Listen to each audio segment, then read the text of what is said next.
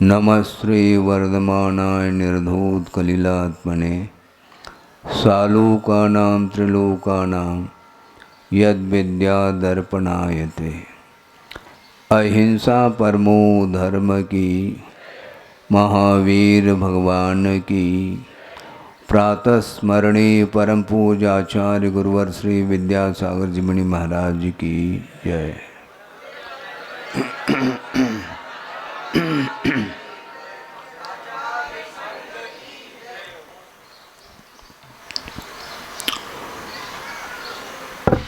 आज पर्व का उपांत्य दिन है। उपांत का अर्थ होता है सेकंड लास्ट। कल अंतिम दिन है और पर्व समाप्ति की ओर जा रहा है, किंतु आराधना कभी समाप्त नहीं होगी। पर्व आपके सामने एक एक दिन आगे निकलते जा रहे हैं। ये परिवर्तन इसी को बोलते हैं। किंतु हमें प्रतिपल आत्म तत्व की ओर दृष्टि रखने के लिए बार बार गुरु हम लोगों के लिए सहारा देते हैं। और उन्होंने ये कहा, समझदारों के लिए इशारा काफ़ी है। सहारा तो चाहिए, किंतु इशारा काफ़ी होना चाहिए। यदि समझदार है तो, और समझदार होकर के भी यदि मझधार में है तो उनको कौन समझा सकता है? नहीं समझा सकता। इसलिए यह आकिंचन्य धर्म आपके सामने है। आकिंचन का अर्थ क्या होता है? किंचित मात्र भी पर वस्तु मेरी नहीं है। उसका जो भाव है उसका नाम आकिंचन्य कहा है। बार बार मन में विकल्प आता है। यह पर वस्तु के प्रति अपनत्व जो बुद्धि है वही संसार के लिए कारण है। सामने वस्तु विद्यमान नहीं है, इसके उपरांत भी आपका मन गाफिल हो सकता है। क्यों? जिन जिन वस्तुओं के प्रति आपका संबंध जुड़ा हुआ है वह सामने वस्तु नहीं भी है तो भी विकल्प आपके अंदर बना हुआ है। आप निर्विकल्प नहीं हैं। निर्विकल्प तब हो सकते हैं किसी भी प्रकार से पर वस्तु के प्रति स्वामित्व भाव न रखें। एक प्रसंग है और गुरुदेव ने उस विषय को हम लोगों के सामने कई बार रखा है, और इसलिए रखते हैं जब तक उन प्रसंगों को समझते हुए अपने जीवन को प्रयोग में उसको नहीं ढालेंगे तब तक हमारा मन हमेशा आकुलित रहेगा। विकल्प जो होते हैं वो बिना निमित्त के विकल्प नहीं हो सकते। सरोवर शांत है और उसमें एक भी लहर नहीं उठ रही है, क्योंकि हवा का झोंका नहीं है। और मान लो किसी ने उसमें कंकर फेंक दिया तो निश्चित रूप से उसमें लहरें तरंग उत्पन्न होती रहती है और मिटती रहती है। उसी प्रकार यह उपयोग शांत रह सकता है, किंतु पर वस्तु के साथ विकल्प जब तक बना रहेगा तब तक वह मन आपका काबू में नहीं रहेगा। अपना मन और अपने नियंत्रण में न हो, इसी का नाम तो परिग्रह है। इसी का नाम मूर्छा भाव है। मन अपना है और हम स्वतंत्र हैं, इसके बावजूद भी प्रत्येक वस्तु के प्रति जो हमारा जो संबंध जुड़ा हुआ है अथवा हम जोड़ते चले जा रहे हैं नए सिरे से, उसके माध्यम से आपका अर्थात संसारी प्राणी का मन विक्षिप्त है। और जब तक मन विक्षिप्त रहेगा तब तक वस्तु तत्व का स्वरूप जानने में नहीं आएगा।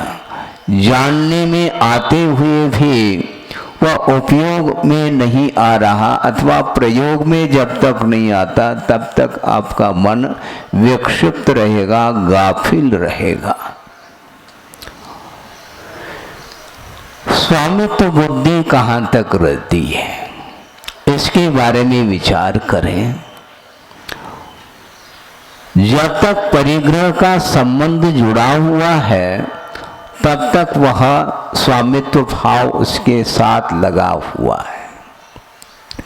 और उमा स्वामी भी स्पष्ट कर रहे हैं कि रौद्र ध्यान की सीमा कहाँ तक है, तो पंचम गुणस्थान तक रौद्र ध्यान की सीमा बताई उन्होंने।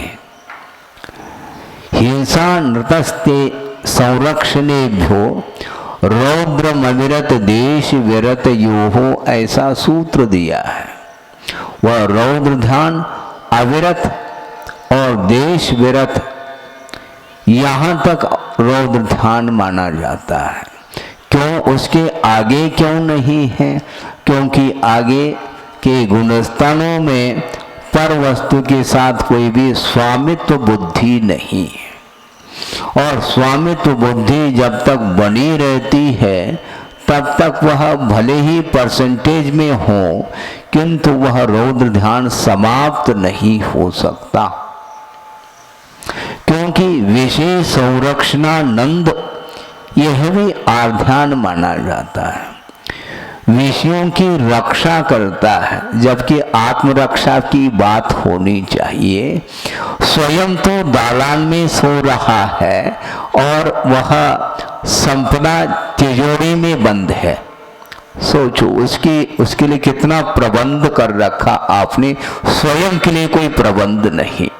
वह दालान में सो रहा है और स्वयं कष्ट उठा रहा है। और कष्ट किसको होता है?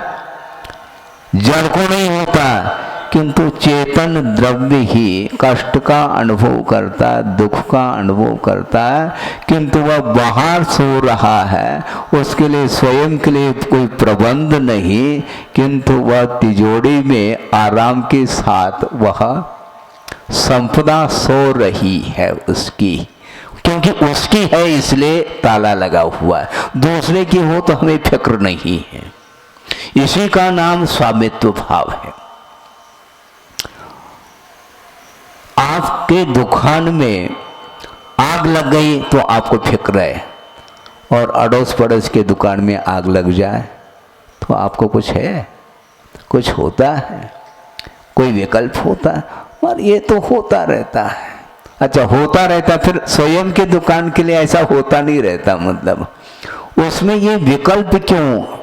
क्योंकि अपनत्व बुद्धि है।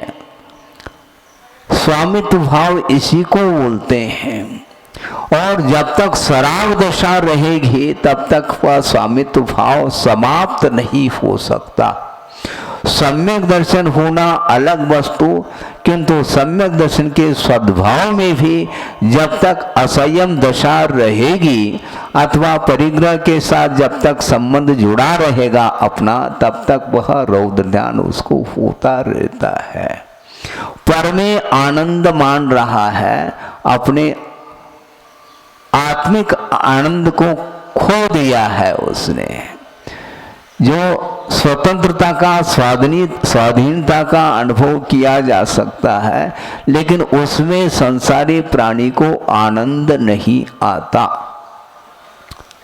वो अपने आप को गरीब समझता है, और परिग्रह पर्याप्त मात्रा में यदि संचित हो जाता है तो अपने आप को वह अमीर मानता है।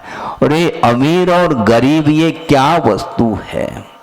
ये पर सापेक्ष परिणति है आत्मा की अथवा जीव की। ये इसी प्रकार चलेगा। ये सम्यक दर्शन होना अलग वस्तु, किंतु पर वस्तु से संबंध छोड़ना अलग वस्तु है। वस्तु को पर मान रहा है, ये मेरी वस्तु नहीं है, इस प्रकार श्रद्धान का विषय तो बना लिया है। इसके उपरांत भी उसके प्रति स्वामित्व का अभाव नहीं हो रहा है, क्योंकि स्वामित्व का अभाव वह सम्यक दर्शन से हट करके वह परिणाम है। संवेदन में आना चाहिए। श्रद्धान अलग वस्तु, श्रद्धान होने के बाद भी जब तक चारित्र मुनि का तीव्र उदय चलता रहता है तब तक असंयम दशा होती है, और असंयमी हमेशा अपने आप को नियंत्रण में रख नहीं सकता। इसी को असंयम बोलते हैं। एक दिन हमने संयम को लेकर के चर्चा की थी कि संयम का अर्थ नियंत्रण होता है। अपने इंद्रियों के ऊपर नियंत्रण और मन के ऊपर नियंत्रण रखने वाला व्यक्ति ही आकिंचन्य धर्म का अनुभव कर सकता है। एक कारिका आपके सामने रख रहा हूँ, इसलिए रख रहा हूँ कि श्रवण बनने के उपरांत भी अपने आप को भूलने का अवसर बार बार आता है। इसलिए आचार्य हमेशा सावधान करते हैं किसको? श्रवण के लिए, क्योंकि आकिंचन धर्म की उपासना अलग वस्तु, किंतु आकिंचन धर्म की उपासना करते हुए उसको फील करना यह महत्वपूर्ण विषय है। क्योंकि छोड़ने के उपरांत भी उस वस्तु के प्रति लगाव बना रह सकता है, इसको कोई रोक नहीं सकता, और उस लगाव को ही समाप्त करना है। और जिसने समाप्त कर दिया तो आकिंचन धर्म उसके जीवन में आ जाता है। यत्यागाय निवर्तन्ते, यत्यागाय निवर्तन्ते भोगेभ्यो यदवाप्तये प्रीतिम तत्रैव कुर्वन्ति द्वेष मन्यत्र मोहिनः। मोही जीव की दशा देखो। जिसके त्याग के लिए और जिसके प्राप्ति के लिए पंचेंद्रिय की भोग सामग्री को उसने छोड़ दिया है, किसके त्याग के लिए?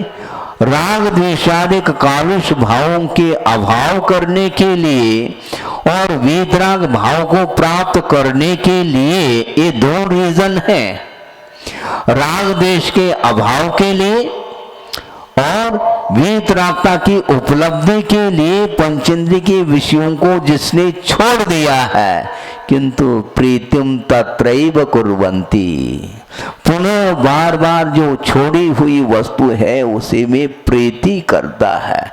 और द्वेष मन्यत्र मोहिनः, वीतरागता के क्षेत्र में वह द्वेष भाव रखता है। ऐसा क्यों महाराज? ऐसा ही है ये। इसी का नाम मोह, कोपि गहन मोह। ऐसा कोई गहन मोह है जो आपको, जो कार्य आप करना चाहते हैं उस कार्य में व्यवधान उपस्थित करने के लिए आया है वो मोह। द्वेष मन्यत्र मोहिन, वो धार्मिक क्षेत्र में वह द्वेष भाव आ रहा है। ये क्यों? क्यों मत पूछो आप, क्योंकि छोड़ने के उपरांत भी उसके संस्कार समाप्त नहीं होते हैं, इसलिए बार बार इस प्रकार के भाव उसके अंदर आ रहे हैं। बाहरी परिग्रहों का विमोचन करना फिर भी सरल है, किंतु बाहरी 10 प्रकार के परिग्रहों का विमोचन करने के उपरांत भी उन छोड़ी हुई वस्तुओं के प्रति भी यदि मान लो अभी भी लगाव है, तो उस लगाव का नाम ही वह मूर्छा और परिग्रह कहा है। इसलिए आकिंचन धर्म की आराधना करने वाला व्यक्ति बहुत आगे का होता है। उसको भीड़ पसंद नहीं, एकांत में वह रहना चाहता है। एकांत में क्यों नहीं रहना चाहता है? इसलिए रहना चाहता है भीड़ का प्रभाव अपने आप में अलग पड़ता है। कितना भी वह साधना करने वाला साधक व्यक्ति क्यों न हो, फिर भी आचार्य कहते हैं अपने आप को बचाना। दूसरे को बचाते हम आए हैं, किंतु अपने आप की रक्षा अभी तक नहीं कर पाए। जड़ की रक्षा के लिए अथवा जो परिवार इत्यादि हैं जो अपने से पृथक हैं वस्तुतः, इसके उपरांत भी उनकी रक्षा की बात करता है, उनकी सुरक्षा की बात करता है, उनकी प्रबंध की बात सोचता है। किंतु प्रबंध किसके द्वारा होगा? प्रबंध जो होता अपने कर्मों के ऊपर निर्धारित है। यदि मान लो विशिष्ट पाप कर्म का अर्जन करके आया है, अब उसकी रक्षा कोई दूसरा नहीं कर पाएगा, क्योंकि तीव्र कर्म का उदय चल रहा है। और जिसका साथ से पुण्य का उदय चल रहा है, वह जंगल में भी रहे तो मंगल का अनुभव करता है। क्यों? साथ से पुण्य का उदय है, वहां पर देव लोग आकर के भी उनकी रक्षा कर सकते हैं। उनकी रक्षा की कोई आवश्यकता नहीं। एक प्रसंग है, चक्रवर्ती है, वैभव है उसके पास, इसके बाद भी उसकी सेवा करने के लिए तत्पर रहते हैं, जबकि उनका अकाल मरण भी नहीं होना है। उसी भव से मुक्त होने वाले हैं। इसके उपरांत उनके लिए कौन सी कमी है? एयर कंडीशन उनके सामने कुछ नहीं। हाँ, इतनी व्यवस्था उसके पास है, वैभव है, इसके उपरांत भी उसके लिए हवा कर रहा है दूसरा व्यक्ति। ऐसा क्यों? इसी का नाम वैभव है, इसी का नाम वैभव है। साथ से पुण्य के उदय में इतनी संपदा मिलती है, इसके उपरांत भी उसको छोड़ने के लिए तत्पर होता है। नो कर्म के माध्यम से कर्मों की उदीर्णा होती है। इसलिए आचार्य बार बार कहते हैं, कर्म बंध से बचना चाहो तो करना क्या है? जिन वस्तुओं के द्वारा कर्म का बंध होता है, उनसे कोसों दूर रहो। हम उसी के पास चले जाते हैं। कोसों दूर रहने के लिए कहा, महाराज आपके लिए कहा होगा, मेरे लिए थोड़ी कहा है। तो आपको वही रहना पसंद है तो मैं क्या कर सकता हूँ? सोचो, विचार करो। किंतु जो इस संसार से ऊपर उठना चाहता है, उसके लिए आचार्य कहते हैं कि संसार से मुख मोड़ो। हाँ, त्याग की बात कल कही थी, त्याग, उत्तम त्याग की बात कही थी। उस प्रसंग को भी आपके सामने थोड़ा सा रखना चाहता हूँ कि महाराज 10 लक्षण पर्व में मैं उपवास कर सकता हूं, किंतु चाय नहीं छूटती। अब सोचो, चाय अपने आप कैसे छूटेगी?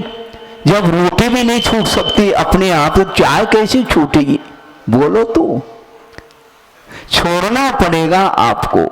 जिसके साथ संबंध है, लगाव है, अटैचमेंट है, उसको आपको स्वयं को बुद्धि पूर्वक होश हवास के साथ छोड़ना पड़ेगा।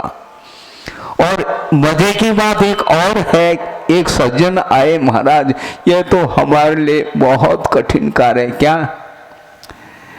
बहुत प्रयास करने के उपरांत भी यह छूट नहीं पाएगा। क्या करते हो? महाराज मेरी आदत है काय की, बीड़ी पीने की। सुन रहे हैं आप? बीड़ी पीने की उसको भी पिया जाता है क्या? लेकिन व्यवहार में तो कहा जाता है महाराज बीड़ी पीते हैं, खाते नहीं। तम्बाकू खाया जाता है, बीड़ी पीते हैं। चलो ठीक, कोई बात नहीं। बीड़ी पीते हैं वो छूटता नहीं महाराज। कैसे छोड़ें? तो गुरुदेव ने कहा इसमें क्या दिक्कत है, बीड़ी को कहाँ पर फंसाते हैं आप? 2 उंगलियों के बीच में, उसको यूं कर दो, बीड़ी गिर जाएगी। और क्या?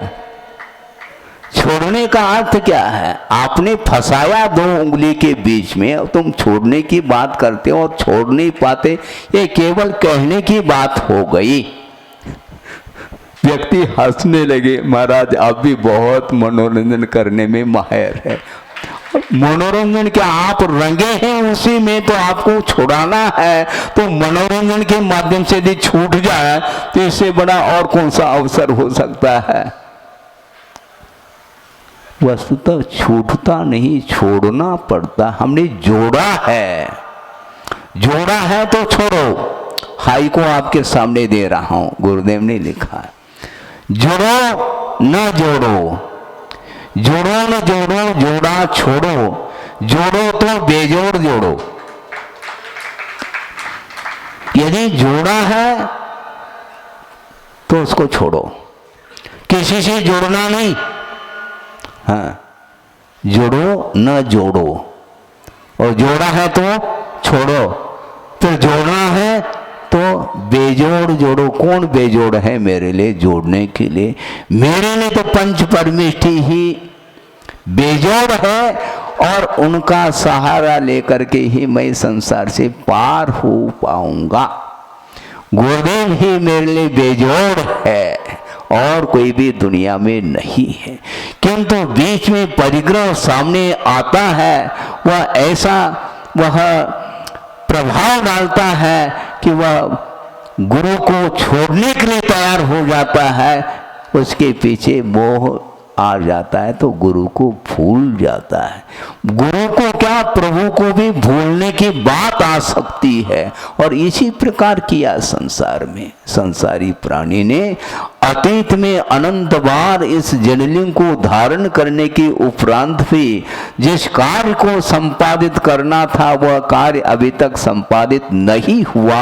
इसका अर्थ है जो अंतरंग जो परिग्रह है वह छूट नहीं पा रहे हैं। बाहरी परिग्रह को छोड़ देता है, पुनः गहराई में देखते हैं तो वही जो छोड़ी वही वस्तु है, उसको पुनः जोड़ने का प्रयास करता है। प्रीतिम तत्रैव कुर्वन्ति कह रहे हैं आचार्य। जिसको छोड़ दिया है राग द्वेष से ऊपर उठने के लिए और वीतरागता को प्राप्त करने का उद्देश्य था, इस उद्देश्य को लेकर के परिग्रह का विमोचन किया। विमोचन करने के उपरांत भी प्रीतिम तत्रैव कुर्वन्ति द्वेष मन्यत्र मोहिना। वीतरागता के प्रति राग नहीं हो पाता और पंचेंद्र के विषयों में प्रीति बनी रहती है। जो छोड़ा कहाँ तुमने, छोड़ा कहाँ? आप अपने घर को साथ में लाए क्या 10 दिन के लिए? है? वो फोल्डिंग है क्या? है? नहीं है। इसके उपरांत भी वह मीलों दूर है आपका घर, किंतु संबंध बना हुआ। आप रात के 12 बजे भी पहुंचेंगे तो भी भूल करके भी अड़ोस पड़ोस के घर में प्रवेश नहीं करेंगे आप। इसी का नाम स्वामित्व है। यहां पर आने के उपरांत भी धर्मशाला का जो रूम है, रूम नंबर याद है और ताला डाल करके गया। आऊंगा तो उसी में प्रवेश हमें करना है। ये सब क्या है?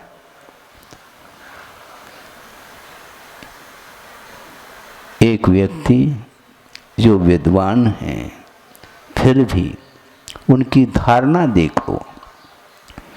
आचार्य ज्ञान सागर जी महाराज स्वाध्याय कर रहे हैं स्वयं, और बगल में गुरुदेव बैठे हैं और चर्चा चल रही है और विद्वान आए हैं। विद्वान के बीच में चर्चा चल पड़ी उस विद्वान का ये कहना था कि महाराज आपकी क्या धारणा है, किस विषय में? सम्यक दृष्टि के विषय में, कि सम्यक दृष्टि का स्वामित्व पर वस्तु के प्रति हो सकता है क्या नहीं। तो ज्ञान सागर जी महाराज कहते हैं मेरी धारणा तो मत पूछो, तुम अपनी धारणा बताओ पहले, तुम्हारी स्वयं की क्या धारणा है, तब हम उत्तर दे पाएंगे। महाराज हमारी तो पक्की धारणा है कि सम्यक दृष्टि का स्वामित्व भाव रह नहीं सकता। अच्छा, अभी और पक्का कर लो, हाँ, नहीं तो कच्चा पक्का आपका चलता रहता है। पक्का कर लो, सोच विचार करके आगम से बार बार सोचो, फिर बाद में धारणा बना लो। नहीं महाराज हमारी धारणा तो पक्की है। ठीक है, क्योंकि मैं सम्यक दृष्टि हूँ। अच्छी बात है, हम शाबाश देते हैं आपको, आप सम्यक दृष्टि बने रहें। किंतु सम्यक दृष्टि का स्वामित्व भाव कब समाप्त होता है, इसको समझना है। कि चक्रवर्ती है और 96,000 रानी उनके पास है, उसका स्वामित्व है क्या नहीं?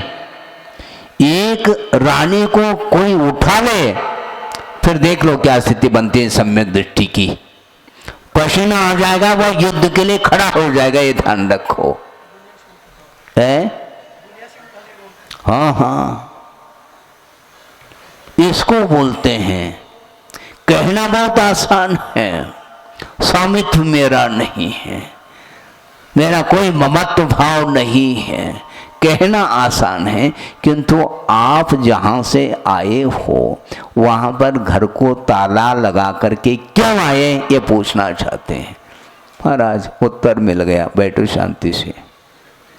इसी को बोलते। आप सभी सम्यक दृष्टि में मानता हूं, किंतु असंयम की भूमिका में सम्यक दर्शन होना अलग वस्तु है, किंतु पर वस्तु के प्रति अथवा परिग्रह के प्रति ममत्व भाव न हो, ये संभव ही नहीं। ताला क्यों डाला आपने, मुझे बताओ। हाँ, अलीगढ़ का ताला है, बहुत मजबूत होता है, बताते क्यों ताला डालते आप? बिना ताले के क्यों नहीं आते? हाँ, बिना ताले के आ भी जाए तो वे अपना जो मेंबर है, जो सदस्य है, उसको बिठा के आते हैं। कभी कभी ताला डालते भी हैं तो डाउटफुल रहता है, और बच्चे को कह देते हैं थोड़ा खींच करके आ जाओ, देख लो कहीं खुल ना जाए। वो इतना आपको विकल्प हमेशा बना रहता है अपने वस्तुओं के प्रति, परिग्रह के प्रति, वैभव के प्रति, संपदा के प्रति। और ये संपदा के प्रति जो ममत्व भाव है, यही परिग्रह माना जाता है। ये आकुलता के लिए कारण है, नींद नहीं आ सकती, ये ध्यान रखो। संपदा को तो वैसे ही नींद नहीं आएगी क्योंकि वह जड़ है, किंतु चेतन को भी वह निश्चिंत सुख की नींद नहीं ले सकता। हम ये पूछना चाहता हूं, जो आज कमा करके खाने वाला जो व्यक्ति है, उसके यहाँ कभी छापा पड़ी है? छापा पड़ा है क्या उसमें, उसके घर में? वो है क्या घर में? है? वो दरवाजा नहीं उस घर के लिए, आवश्यकता भी नहीं है क्योंकि घर में कुछ है ही नहीं। और ये वो यही तो है ना, देने वालों का, ये देने वालों ने बहुत उसके प्रति ज्यादा स्नेह रखा होगा, इसलिए पैसा एकत्रित हो गया उसके पास। समस्या यही है। ये सब क्या है? आकुलता का यदि कोई जड़ है तो वह परिग्रह है, ऐसा कहा। संग एव मत सूत्रे निशेषानर्थ मंदिरम ये ना संतोपि सूयन्ते रागाद्या रिपवक्षणे। राग द्वेष उत्पन्न नहीं हुए हैं, किंतु परिग्रह का यदि संबंध जुड़ जाता है तो तत्काल राग द्वेषादिक परिणाम उत्पन्न होते हैं। इसलिए संग एव मत सूत्रे निशेषानर्थ मंदिरम, संपूर्ण अनर्थों का यदि कोई जड़ है, कोई घर है, तो वह संग है, ऐसा कहा। संघ अलग और संग अलग है। हाँ। संघ का अर्थ समूह होता है और संग का अर्थ मूर्छा होती है। इसलिए किसी के प्रति मूर्छा भाव न हो, तब कहीं जाकर के आकिंचन धर्म की आराधना कर सकता है। आकुलता पिन कहिए, हैं, यही बोलते हैं, आकुलता बिन कहिए। आकुलता यदि है तो वह मुक्त नहीं हो सकता। मोक्ष में कोई आकुलता नहीं, निराकुल भाव का नाम मोक्ष है। और कदम कदम पर वह आकुल व्याकुल हो रहा है। अब क्या कर सकते हैं उसके लिए?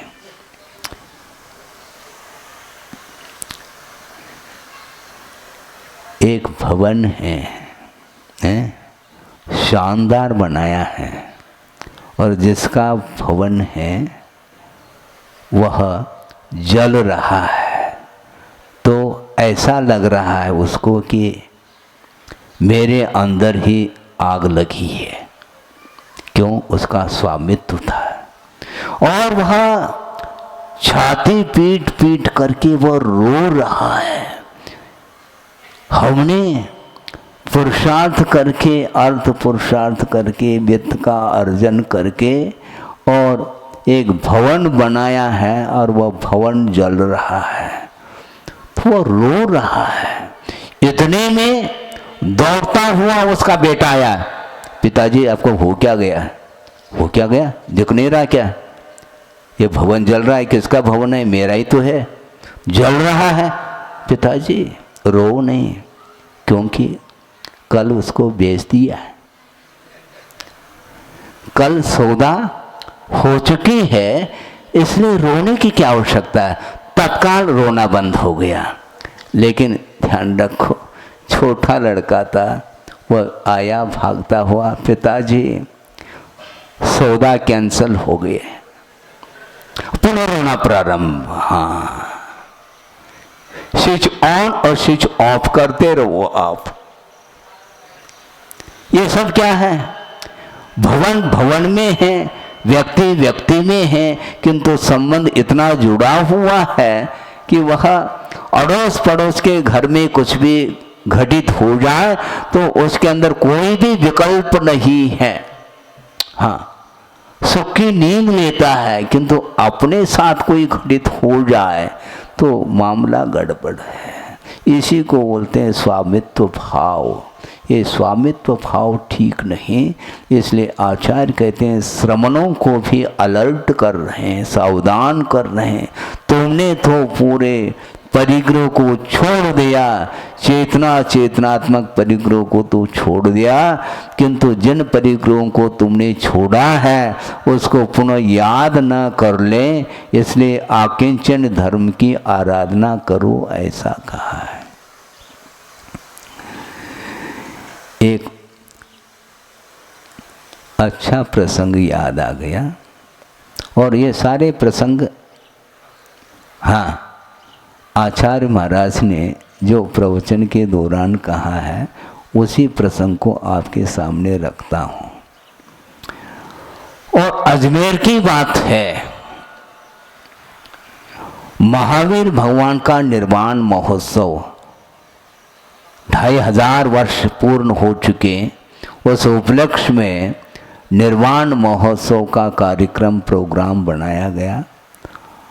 सर्वत्र वह प्रोग्राम चल रहा था, तो अजमेर का प्रसंग आपके सामने रख रहा हूं जो गुरुदेव ने रखा था। वहां पर एक सज्जन आए प्रवचन सुनने के लिए। बहुत दिन की उनकी भावना थी, भीतरी भावना, क्योंकि आचार्य महाराज के विषय में उन्होंने सुन रखा था। केवल उन्होंने क्या, पूरे विश्व ने ही सुना उनकी साधना के विषय में। और उनकी बहुत दिन की तमन्ना थी, भावना थी कि मैं उनका दर्शन कर लूं। किंतु वो कौन थे? वह जैन बंधु नहीं थे, जैनेतर थे। इसके उपरांत भी उनकी आस्था जुड़ी हुई थी गुरुदेव के प्रति, और वो आए हैं और प्रवचन सुन लिया, सब कुछ हो गया। इसके बाद जब आचार्य महाराज बैठे हैं तो उनके चरणों में जा कर के बैठ गए और निवेदन किया कि महाराज साहस नहीं होता आपके चरणों में निवेदन करूं। तो इसमें साहस की क्या आवश्यकता है महाराज? फिर भी बहुत विकल्प होता कि मैं रखूं क्या नहीं रखूं, घबराने की क्या आवश्यकता है? आप बिल्कुल निसंकोच होकर के आप अपने विचारों को रख सकते हैं, क्योंकि वह दार्शनिक था, तार्किक था, और उन्होंने सोचा कि मैं कुछ विचार रखूं। तो गुरुदेव ने कहा बेफिक्र, कोई चिंता नहीं, जो रखना है आप खुले मन से, खुले दिल से रखिएगा। महाराज फिर भी इसके उपरांत भी भीतर डर लगता है। डरो क्यों? डरने से क्या है? यदि मान लो आपके विचार के अनुरूप यदि मैं नहीं चल रहा हूं मान लो, तो उसमें सुधार कर लूंगा, इसमें क्या दिक्कत है? आप निसंकोच होकर के रखिए अपने विचारों को। तो उन्होंने कहा कि और कुछ नहीं महाराज, एक प्रार्थना है आपसे, क्योंकि आप समाज में रहते हैं, समाज के बीच में आना जाना आपका होता है, वहाँ पर महिला वर्ग भी रहता है और उनके बीच से आप गुजरते हैं, तो मुझे विकल्प होता है कि कम से कम आपको एक लंगोट धारण कर लेना चाहिए। आचार्य महाराज ने सुन लिया। उत्तर वो बाद में देंगे, दिया तो होगा, लेकिन प्रवचन चल रहा है अभी, इसलिए समय पर हम उस विचार को भी रखेंगे। बात इतनी सी हो गई और वह 25वां जो निर्वाण महोत्सव ठाठ बाट धूमधाम के साथ उस कार्यक्रम को कर रहे हैं, उस समय गुरुदेव मंच पर हैं और एक सज्जन एक पुस्तिका को लेकर के सामने आ गए और उसका विमोचन होना था उसी 25वां निर्वाण महोत्सव के उपलक्ष्य में। और विमोचन हो गया और जिन्होंने जो विमोचन करने के लिए आए थे उन्होंने निवेदन किया कि महाराज इसमें सभी प्रकार के जो धर्म हैं उसके बारे में संक्षेप में इसमें वर्णन है और महावीर भगवान के विषय में भी इसमें लेख आदि हैं और उनका चित्र भी है। आप सुन रहे हैं? गौर करिए आप। तो गुरुदेव ने बिल्कुल सरसरी निगाह से पन्ने पलटते हुए देखा।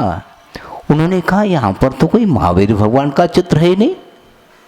नहीं महाराज, वो अंतिम पृष्ठ पर है। हाँ, अंतिम पृष्ठ को भी हमने पलट दिया है। महावीर भगवान का कहाँ चित्र है इसमें?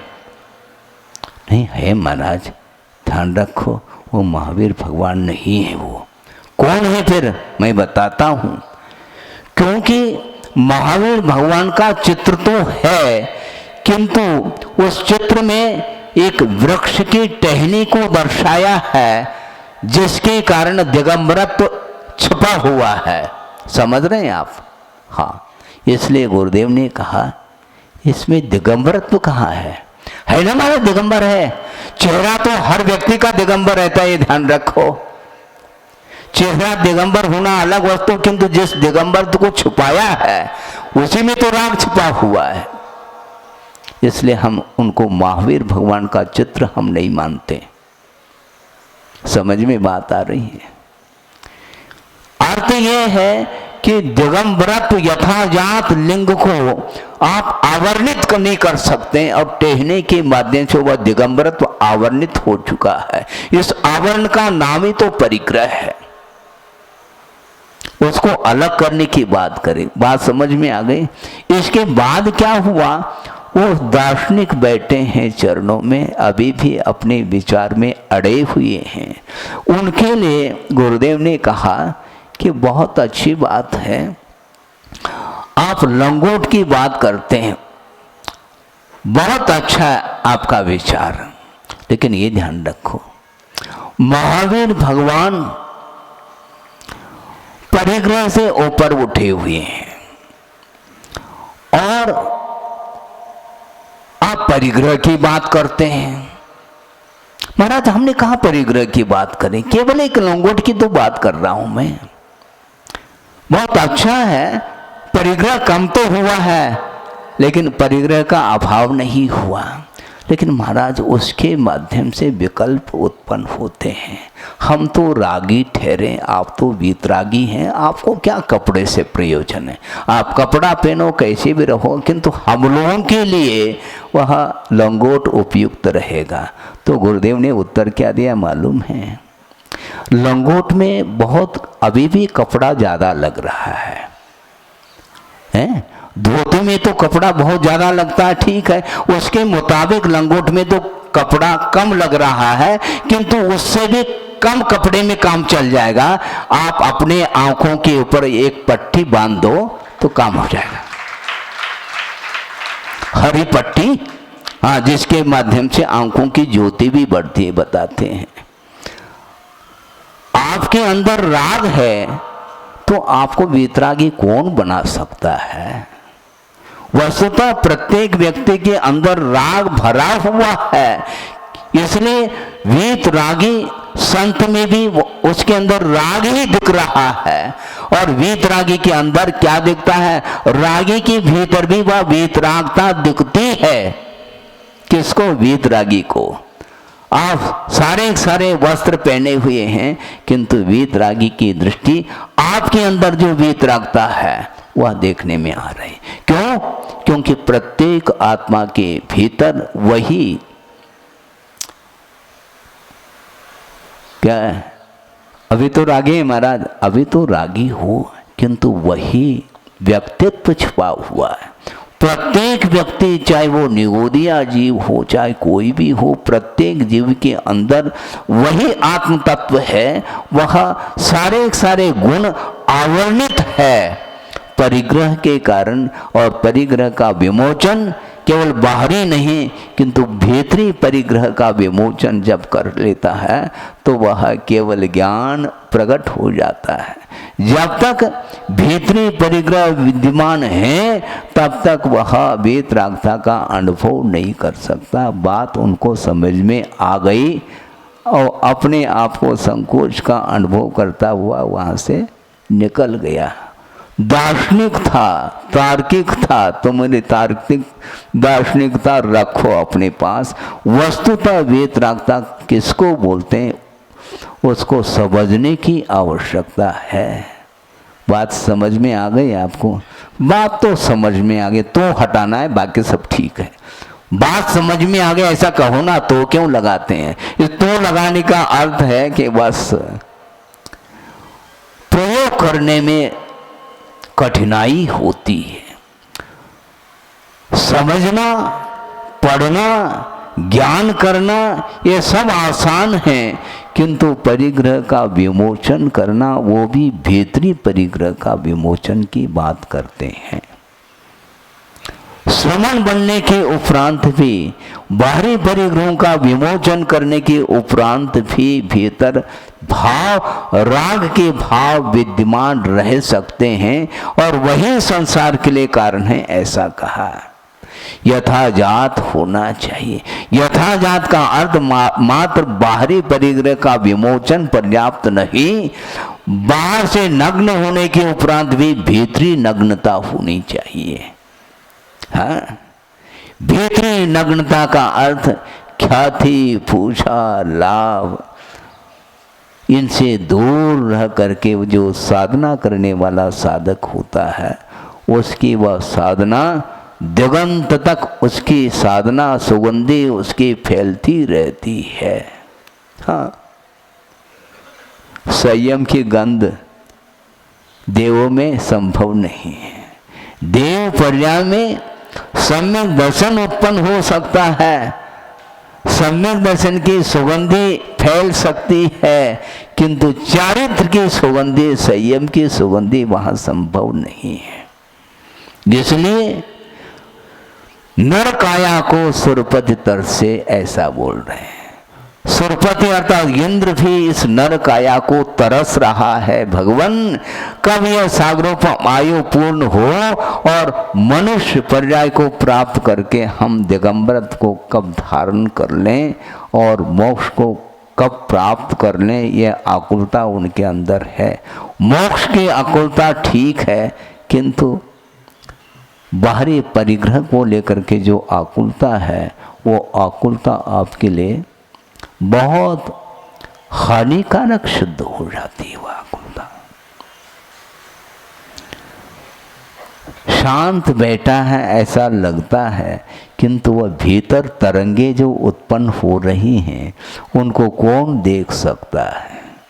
वो स्वयं देखें, क्योंकि आपके भीतर जो तरंगे उत्पन्न हो रही है वह मेरे लिए बुद्धि का विषय नहीं बन सकता है, और मेरे अंदर जो भाव उत्पन्न हो रहे हैं वह आपके बुद्धि का विषय नहीं बन सकता। इसलिए जो मोहजन्य संस्कार है उनको समाप्त करने के लिए निरंतर संयम की ओर दृष्टि, निरंतर त्याग की ओर दृष्टि और निरंतर मोर्चा भाव को समाप्त करने की ओर दृष्टि होनी चाहिए। कभी भी एट ए टाइम किसी भी परिस्थिति में पुनः वह मोह जागृत हो सकता है, उसको समाप्त करना है।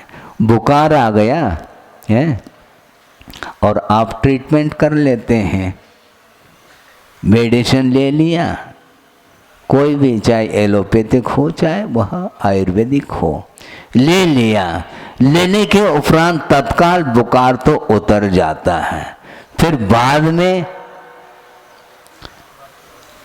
लौट करके पुनः बुखार आ जाता। ये लौट क्यों रहा है? आचार्य कहते हैं बुखार गया नहीं, वो उपशमित है, दबा हुआ है वह ज्वर। इसलिए कालांतर में थोड़े बहुत भी यदि मान लो विपरीत वातावरण निर्मित हो जाता है, विपरीत कोई भी आहार लेने में आ जाता है, तो तत्काल वह पुनः बुखार लौट करके आ जाता है। इसलिए आचार्य कहते हैं जगत में रहो किंतु जगत रहो। हाँ,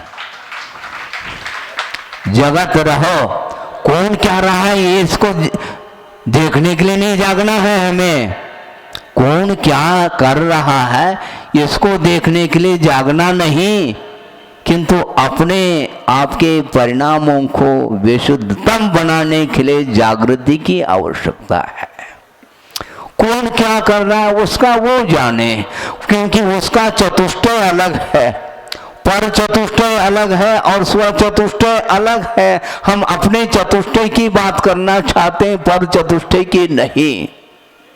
हाँ, हम अनंत चतुष्टय की बात करना चाहते हैं, तो पर चतुष्टय की हम क्यों बात करें? क्योंकि उसका अस्तित्व हमसे पृथक है, हम अकेले हैं, और अकिंचन का नाम ही एकत्व भाव। मेरे साथ किसका क्या संबंध है? कोई संबंध नहीं। संसार विपरीत चाल से चल रहा है, इसी का नाम संसार है। हमें उस चाल से नहीं चलना, वो संसार में रहते हुए उस चाल से नहीं चलना, किंतु आगम में जिस चाल से चलने के लिए कहा है उसी चाल से चलना है हमें, और आप लोगों को भी उसी चाल से चलना चाहिए। नहीं तो संसार भव समुद्र में डूबने की बात आएगी, ये ध्यान रखो। आप अपनी आत्मा की रक्षा करना चाहो तो रक्षक कौन है इसकी जानकारी आपको होनी चाहिए। जो वीतरागी गुरु होते हैं, जो वीतरागी प्रभु होते हैं वही आत्मा की रक्षा कर सकते हैं, और कोई भी दुनिया में रक्षक नहीं है। और रक्षक जैसे लग सकता है किंतु वह भक्षक हो सकता है, ये ध्यान रखो। हाँ, जो रक्षक होता है उसको समझना बहुत कठिन हो जाता है। बहुत स्वार्थी दुनिया है। हाँ, अपना प्रयोजन यदि सध जाता है तो वह गला लगाने के लिए तैयार हो जाता है। अपना क्या व्यक्तित्व है उसको साइड में रख सकता है, क्योंकि आपसे उसको कुछ है। आपसे क्या, आपसे लगाव क्यों है? लगाव इसलिए आपसे कुछ, हाँ, आपके प्रति कुछ अपेक्षा है, आपसे कुछ वह ग्रहण करना चाहता है। और जहां पर ग्रहण बुद्धि है वही उसी का नाम परिग्रह माना गया है। कोई ग्रहण बुद्धि नहीं, ग्रहण करने योग्य कोई भी संसार में वस्तु नहीं। ग्रहण करने में कोई यदि कोई वस्तु है तो वह शुद्ध परमात्म तत्व ही उपादेय है, ग्रहण करने योग्य है। उसके लिए सारा का सारा ये उपक्रम है, ये साधना है बंधुओं, बहुत कठिन काम। ये भ्रांति मिटती नहीं।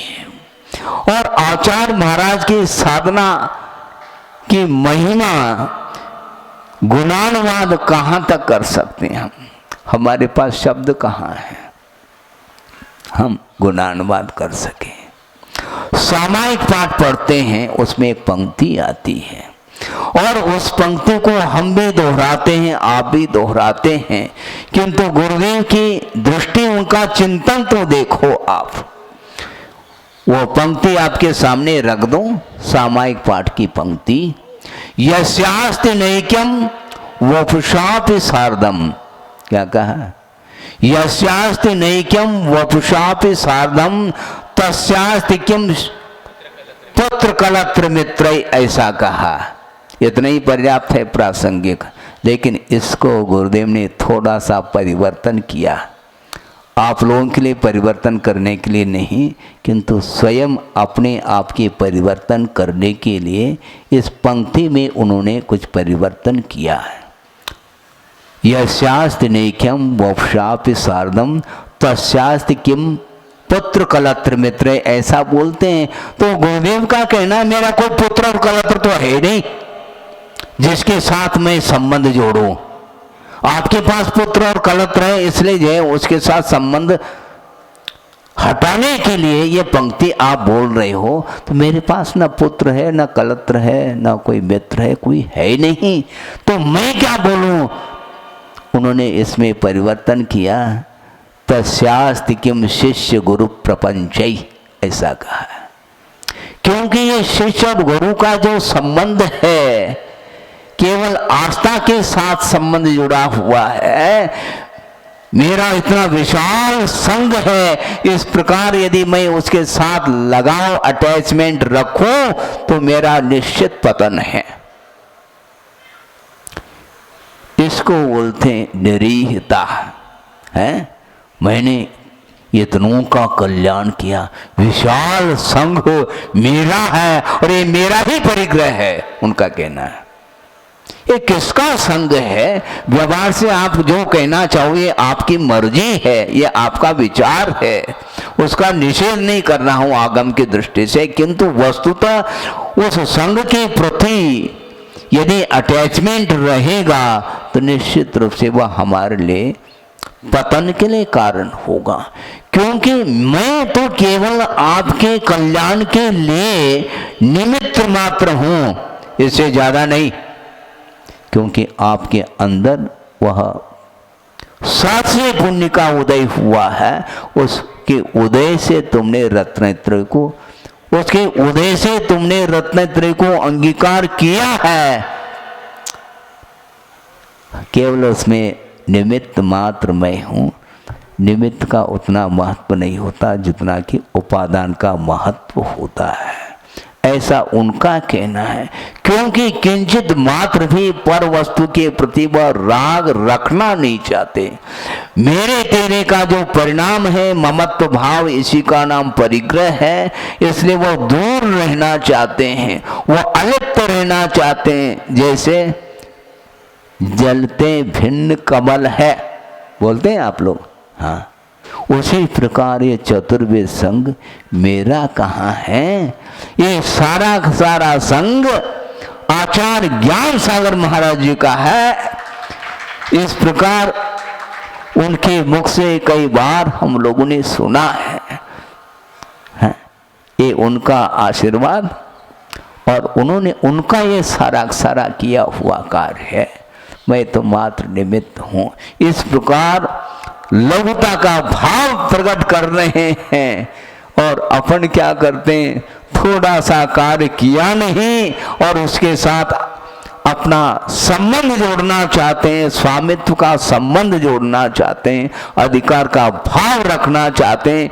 जो अधिकार का भाव रखता है वह कभी भी उत्थान नहीं कर सकता, क्योंकि वह किंचित मात्र भी यदि परिग्रह रखता है तो वह पतन के लिए कारण माना है।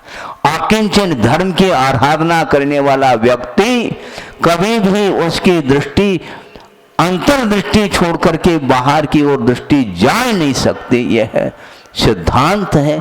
इस प्रकार गहराई के साथ उतर करके गुरुदेव साधना निरंतर करते रहते हैं और उनकी उपासना करने के लिए अवसर है। और उनको उनका नामस्मरण करते हुए जब कभी भी आकिंचन धर्म की आराधना करें तो गुरुदेव को स्मरण में ला करके करें तो निश्चित रूप से आकिंचन धर्म वह कहीं बाहर से नहीं मिलने वाला। बाहर कहीं भी ढूंढते चले जाओ, पूरे लोक को छान लो, इसके उपरांत भी आकिंचन धर्म वह आत्मगत धर्म है। आत्मगत परिणाम का नाम वह पवित्र परिणाम है जिसका नाम आकिंचन्य कहा है। परमाणु मात्र भी मेरा नहीं हो सकता तो अन्य वस्तु मेरे कैसे हो सकते हैं। तो इसका अर्थ भी संसारी प्राणी दूसरा लगाता है। दूसरा अर्थ क्या लगाता है, महाराज परमाणु मात्र मेरा नहीं, बाकी सब मेरा है। ये उल्टा अर्थ है। ये है क्या कह रहे, यही तो समस्या है। परमाणु मात्र मेरा नहीं, बाकी सब मेरा ही मेरा है। ये गलत बात है। गुरुदेव ये कहना चाह रहे हैं आचार्य, परमाणु मात्र भी तुम्हारा नहीं हो सकता। केवल आत्म तत्व को छोड़ करके और कोई भी वस्तु आपकी नहीं हो सकती है। ये विपरीत धारणा है। कैसा लग रहा है आपको? हैं? अच्छा लग रहा है, लेकिन समय भी तो हो रहा है। बहुत अच्छा लग रहा मत कहो, क्योंकि धर्म अच्छा और बुरा नहीं होता, धर्म यथार्थ होता है। ये ध्यान रखो, यथार्थ में बहुत्व नहीं है। बहुत अच्छा लगे, आदत है आपकी, बहुत मत कहो, यथार्थ कहो, क्योंकि धर्म का स्वरूप समीचीन हुआ करता है। देश यामी समीचीनम धर्मम, ऐसा कहा समंतभद्र स्वामी ने। मैं समीचीन यथार्थ धर्म का प्रतिपादन करता हूँ। इसलिए धर्म स्वभाव का नाम धर्म है, वस्तु के स्वभाव का नाम धर्म कहा है। इसलिए वस्तु के स्वभाव को प्राप्त करने के लिए आपको पुरुषार्थ, बहुत पुरुषार्थ करना पड़ेगा। कितने भव लग सकते हैं हम जान नहीं पाएंगे। हाँ, बहुत जल्दी भी वह कल्याण कर सकता है, किंतु कल्याण करने वाले की दृष्टि धर्म की ओर होनी चाहिए, अन्यत्र नहीं। क्योंकि वस्तु का विमोचन करने के बाद भी उसमें पुनः प्रीति जागृत हो सकती है। तत्रैव कह रहे हैं, प्रीतिम तत्रैव कुर्वन्ति, उसी विषय और कषायों में वह प्रीति कर रहा है, मोह कर रहा है। और जिसमें वह प्रीति करता है, राग में उसकी प्रीति उत्पन्न होती है तो निश्चित रूप से वीतरागता के क्षेत्र में उसका राग भाव समाप्त हो जाता है। द्वेष मन्यत्र मोहिन, अन्यत्र का अर्थ धार्मिक क्षेत्र में उसका राग भाव नहीं रहा किंतु उसकी उपेक्षा हो रही है। और धर्म की उपेक्षा करने वाला व्यक्ति कभी भी धर्मात्मा नहीं हो सकता, क्योंकि न धर्मो धार्मिकैर बिना कहा, धर्मात्मा के बिना धर्म रह नहीं सकता, न धर्म के बिना धर्मात्मा रह सकता। दोनों का अनन्य संबंध है। इसलिए आकिंचन धर्म की उपासना करने के लिए हम और आप बैठे हैं तो हमें ज़्यादा कुछ कहना नहीं, क्योंकि ज़्यादा कुछ स्वरूप नहीं होता। कथन करने में बहुत सारे विषय रह सकते हैं विस्तार की अपेक्षा से। कितना भी आप विस्तार करो किंतु बिस्तर पर रहने वाला व्यक्ति उस विस्तार को सुन करके भी वह बिस्तर को छोड़ना नहीं चाहता। समस्या ये जा रही है? हंसते हैं आप लोग, क्योंकि तुकबंदी होती रहती है। विस्तार करते चले गए किंतु बिस्तर से वो ऊपर उठना नहीं चाहता। हाँ। कम से कम सामायिक करना चाहते हो तो बिस्तर से अलग बैठ करके सामायिक करो, नहीं तो नींद सताएगी तुम्हें, क्योंकि उस क्षेत्र का प्रभाव भी पड़ता है। इसलिए उठ करके कम से कम हाथ मुंह धो करके थोड़ा सा है, क्योंकि निद्रा भंग तो हुई है किंतु पूरी तरह से वह निद्रा टूटी नहीं है। इसलिए सामायिक करने के लिए प्रशस्तता होनी चाहिए, इसलिए बिस्तर को छोड़ना पड़ेगा। हाँ, विस्तार के साथ सुन लिया अपने आकिंचन धर्म को, किंतु विस्तार से सुनो अथवा संक्षेप से सुनो, सुन करके यदि मान लो अपने जीवन में उसको उतारते हैं तो भव समुद्र से तार सकते हैं दूसरे को भी और स्वयं भी तर सकते हैं। भव समुद्र से तरने के लिए हम और आप बैठे हैं यहाँ पर। मैं अपने आप को भूलना नहीं चाहता। गुरुदेव कहते हैं मात्र दूसरे को समझाना नहीं, स्वयं को भी समझना है। तो समझाते समझाते युग चला गया, किंतु स्वयं यदि समझ नहीं पाया तो बहुत कठिनाई होगी। हमें समझना चाहिए, गौर करना चाहिए अपनी ओर, दूसरे की ओर नहीं। भ्रांति चल रही है।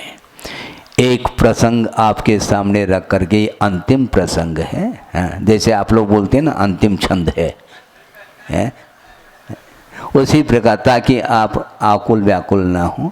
एक प्रसंग मार्मिक है वो भी। ये भ्रांति विश्व, पूरा का पूरा विश्व भ्रांति में चल रहा है। उस भ्रांति को मिटाना है। कैसे मिटे महाराज? संभव नहीं है। आकिंचन धर्म के माध्यम से ही भ्रांति मिट सकती है। एक पुराने जमाने की बात आपके सामने रख रहा हूं। एक व्यक्ति है जिसके पास लगभग 100 ऊंट हैं। सुन रहे हैं? एक ऊंट का काफिला, एक समूह है, उसको ले जा रहा है वो एक व्यक्ति। और जाता जाता जाता काफ़ी समय हो गया और दिन अस्त होने को है, और जंगल में उन ऊँटों को रोक देता है और वहीं पर विश्राम करने का उसका मन हो जाता है। फिर बाद में दिन सूर्योदय के बाद फिर शेष यात्रा मैं करूँगा, इस प्रकार विचार करके वह रात में एक स्थान पर, अच्छा स्थान देख करके सारे ऊँटों को वहाँ पर रोक दिया। अब ऊँटों को बांधे बिना बड़ी समस्या होगी। एक ऊँट हो तो फिर भी ठीक है, 100 के 100 ऊँट हैं, और उनको एक एक करके खूंटी जमीन में गाड़ता चला जाता है और रस्सी से उसके गले में रस्सी डाल करके बांधता चला जाता है। और एक ने, दो ने, सारे के सारे ऊँट बंध गए और सारे ऊंट बैठ गए, किंतु एक ऊंट था जिसको बांधना था, किंतु बांधने के लिए न खूंटी पास अपने पास है न रस्सी है, क्योंकि लाते समय 100 ऊंट के योग्य रस्सी और खूंटी साथ लेकर के जा रहा था, किंतु रास्ते में एक खूंटी कहीं गिर गई और रस्सी भी गुम गई। अब समस्या खड़ी हो गई। अब देखो 99 के 99 खूंटी से बंध गए हैं वो ऊंट और बैठ गई सारे के सारे ऊंट। अब एक को क्या कर रहे हैं, समस्या खड़ी हो गई। और वहाँ दौड़ता हुआ मालिक के पास पहुँच गया कि मालिक भारी समस्या खड़ी हो गई। क्या हो गया, कोई ऊंट भाग तो नहीं गए? नहीं, ऊंट भागे नहीं हैं, सब बंध गए हैं, लेकिन एक ऊंट को बांधना है और मेरे पास खूंटी और रस्सी नहीं, और कहीं रास्ते में वो गुम गई। अब क्या करूं, क्या करना है इसमें? मैं आता हूं तुम्हारे साथ। आप कैसे करोगे? तुम चिंता नहीं करो। आपके पास खूंटी है क्या? नहीं है। रस्सी है क्या? रस्सी में बिना खूंटी और बिना रस्सी के उस ऊंट को कैसे बांध पाएंगे आप? मालिक को कह रहा है वो, चिंता नहीं करो, मैं अभी बांध देता हूँ, देख लेना। और जा करके उसने किया कुछ नहीं है और हाथ में कुछ नहीं है और वह एक्शन कर रहा है, मैं खूंटी गाड़ रहा हूँ, और खूंटी गाड़ दी केवल एक्शन के माध्यम से, और उसके गले में यूं एक्शन कर दिया और वह रस्सी बांध ली और वह ऊंट बैठ गई। इसी को बोलते भ्रांति।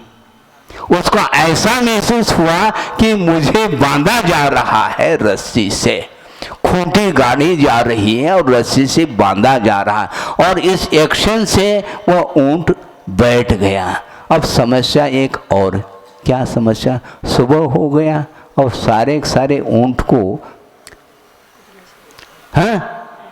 रस्सी एक एक करके सभी ऊंट के गले में जो रस्सी बांध दी गई थी, और एक एक खूंट वह उखाड़ता गया और रस्सी को खोलता चला गया।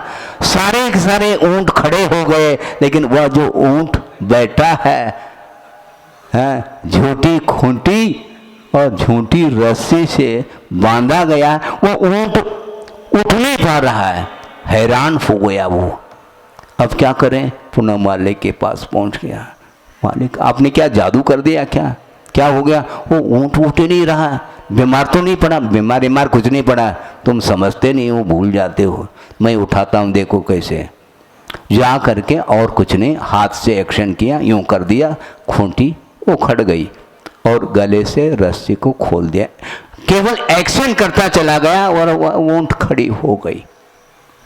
सोचो, समझ में आ गया कि नहीं? छोटा सा प्रसंग था, ताली तो बजा रहे हो। पूरा विश्व ही भ्रांति में बंधा हुआ है। ये भ्रांति है, कोई बांधा नहीं। तुम्हें ये ध्यान रखो, मुझे कोई बांध रहा है। कौन बांधने वाला? तुम स्वयं बनते चले जा रहे हैं कर्मों से, बांधने वाला कौन है? ये भ्रांति के कारण ही कर्म का बंद होता चला जाता है। ये मोह के कारण, मोह की जो भ्रांति है, जो विपरीतता है, उसके कारण ही कर्म से बंधता चला जा रहा है और वह उलझता चला जा रहा है। बंधन से मुक्त होने के लिए मोह की जो भ्रांति है उसको दूर करने की आवश्यकता है। इसलिए आकिंचन धर्म के लिए हमेशा बंधन से मुक्त होने के लिए आकिंचन धर्म की आराधना करने की आवश्यकता है, अन्यथा कोई भी रास्ता नहीं हमारे लिए।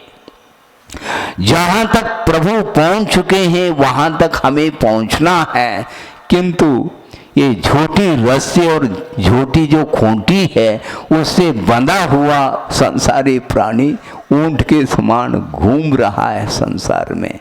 उसको कौन जगाए? कोई जगा सकता है?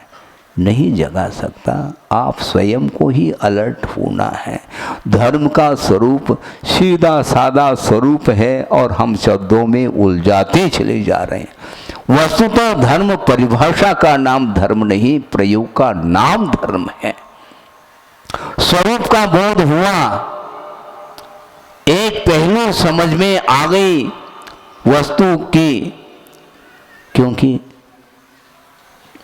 दो पहलू है, एक स्वभाव और विभाव के रूप में। स्वभाव का बोध हुआ और विभाव के बोध करने की कोई आवश्यकता ही नहीं। स्वरूप का बोध हो गया तो स्वरूप में आनंद आना चाहिए, स्वरूप में आनंद आना चाहिए। हाँ, स्वरूप को समझाने में नहीं, स्वरूप को समझाने में आनंद ले रहा है, मतलब समझाने में आनंद आ रहा है, स्वरूप का नहीं आ रहा है। स्वरूप संबंधी जो व्याख्यान कर रहा है उसमें मेरे बराबर और कोई भी व्याख्याता नहीं है। इस प्रकार वह उसकी विपरीत जो परिणति है वह दूर नहीं हो पा रही है। कब होगी महाराज, कब होगी पूछो नहीं, काम करते चले जाओ। गुरुओं ने इतना महान कार्य किया है 50-55 साल में, उस प्रकार न कोई कर सकता है न करेगा।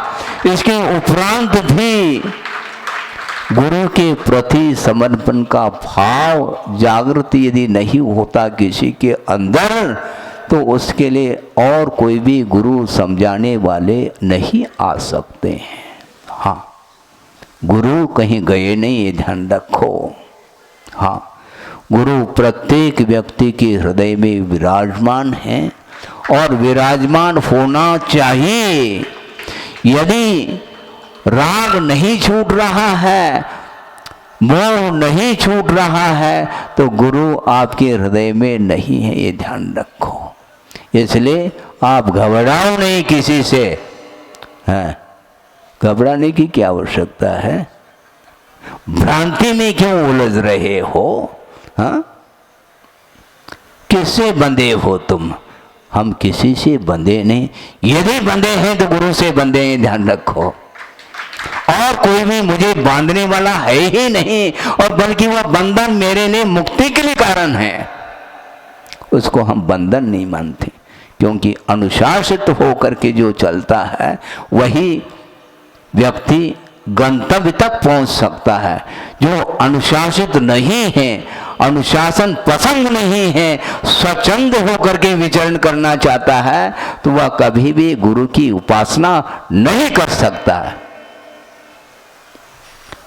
गुरु की उपासना करना चाहो तो गुरु आकिंचन धर्म की उपासना करते हैं।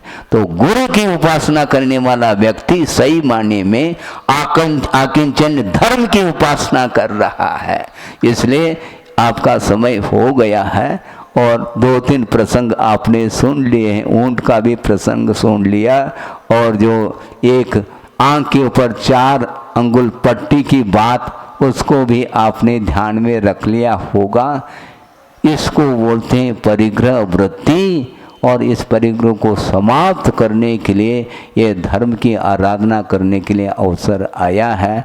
इसलिए शांति के साथ एकत्व का अनुभव करने का हमें निरंतर प्रयास करना चाहिए। और एकत्व बुद्धि का नाम ही आकिंचन है। अहिंसा परमो धर्म की जय। बोधि समाधि परिणाम शुद्धि स्वात्मोपलब्धि शिव शोक सिद्धि चिंतामणिम चिंतित वस्तुदाने त्वां वंदमानस्य ममास्तु। परम पूज्याचार्य गुरुवर श्री विद्यासागर जी मुनि महाराज की जय। परम पूज्याचार्य श्री समय सागर जी महाराज की, समस्त आचार्य संघ की